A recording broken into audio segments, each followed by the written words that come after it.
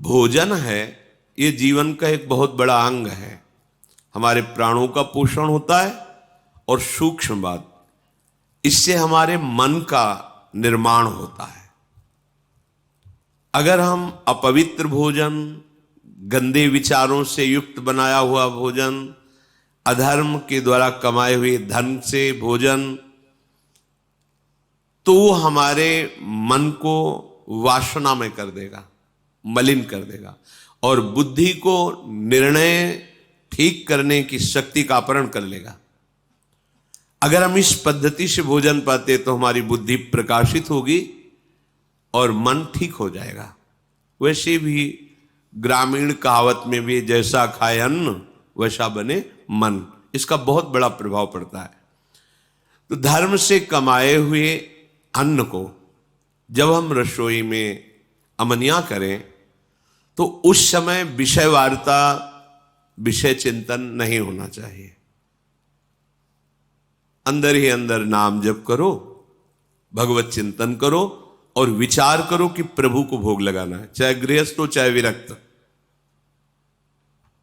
प्रभु को अर्पित करने की भावना में ही पवित्रता आ जाती है। छूना मत, श्री जी को भोग लगाना है, एक पवित्रता आ जाती है। और जब हम भोग लगा के प्रसाद पाए तो दूसरे हाथ का स्पर्श न हो, बाएं हाथ का स्पर्श न हो। जैसे जो लोग दोनों हाथों से ऐसे, ये बुद्धि को खराब करने वाला, ऐसे नहीं पाना चाहिए।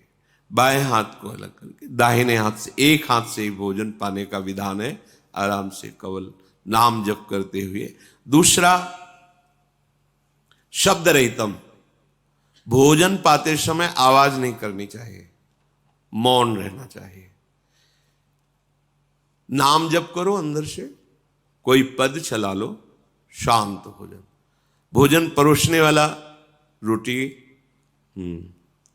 रख दी, हल्ला मचा के ये ऐसा नहीं। वो जब आपके सामने परोसने आ रहा है, वो जो दे रहा है आपको आवश्यक है, ले लीजिए।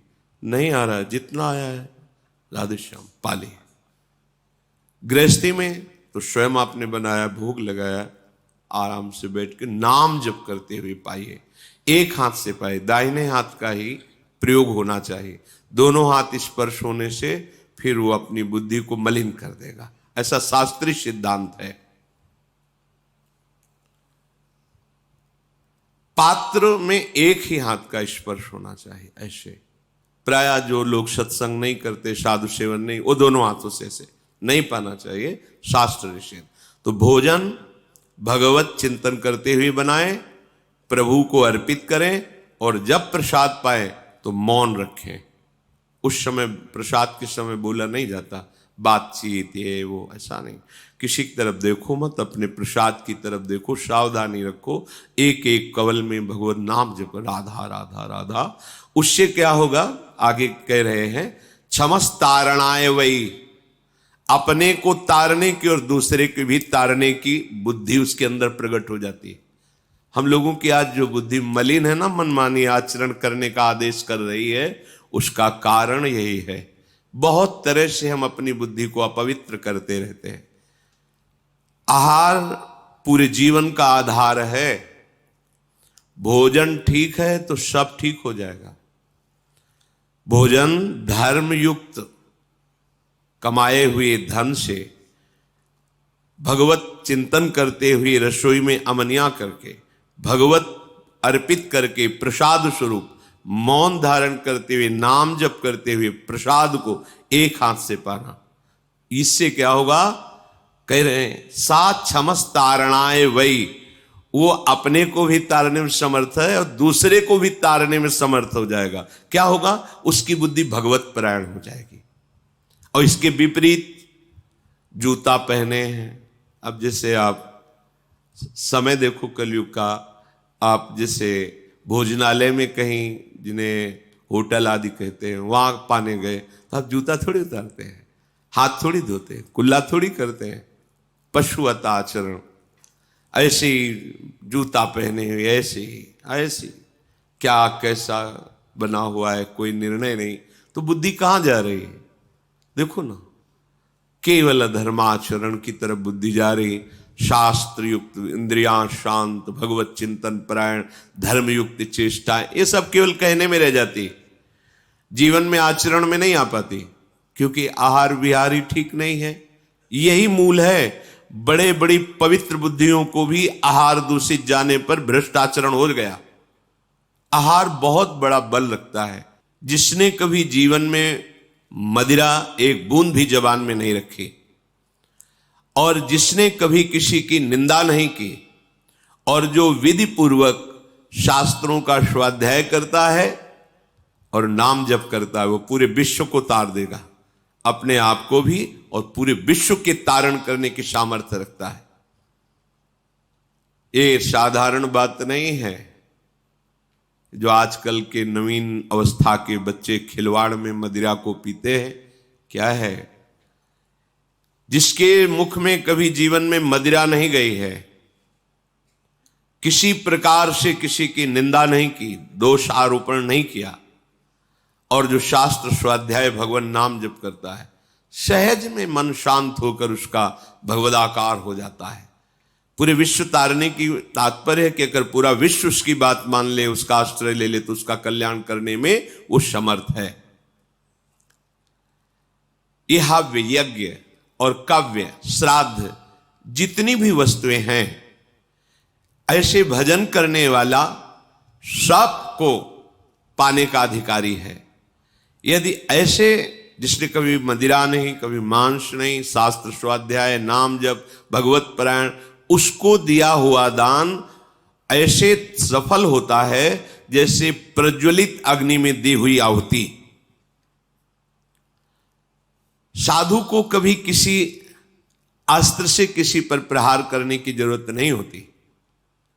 मन्यु प्रहरणा विप्रा न विप्राहा शस्त्र योधिना निहन्युर्मन्युना विप्रा वज्रपाणिरिवासुरान। साधु का अस्त्र है क्षमा। वो किसी लोहे या धातु से बने हुए हथियारों को पास रखकर उनसे प्रहार नहीं करता। जैसे त्रिभुवनपति इंद्र के हाथ में वज्र विराजमान है और जिस पर प्रहार करें अमोघ है, ऐसे साधु का असंतुष्ट हो जाना अपराधी को नष्ट कर देता है। अस्त्र की जरूरत नहीं, मारने की जरूरत नहीं, मुस्कुराने की जरूरत है। ध्यान रखना, अगर कोई साधु नाराज होकर तुम्हारे अपराध पर तुम्हें कटुवचन बोल दे, दंड विधान कर दे, तो जय मनाना, भगवान तुम्हारी जय हो, तुमने निर्मल कर दिया। और अगर वो मौन होकर के निकल जाए तो घबरा जाना, फिर तुम्हें कोई नहीं, वो वज्र जैसे अमोघ, ऐसे यहां कह रहे हैं। वज्रपाणि रिवासुरान निहन्युर्मन्युना विप्रा। वो उपासक, वो साधु, उसी को भगवान में संकेत करते हैं शंकर जी कि उमा क्षमा सापहुते भारी, अपने कर्म जाए अपकारी। भगवत मार्ग के उपासक को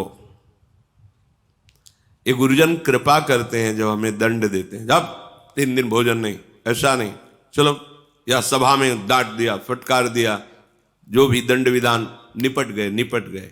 त्रिभुवन में अब कोई तुम्हें उस कर्म का दंड नहीं दे सकता। भारी से भारी अपराध को 2 शब्दों में खत्म कर दिए।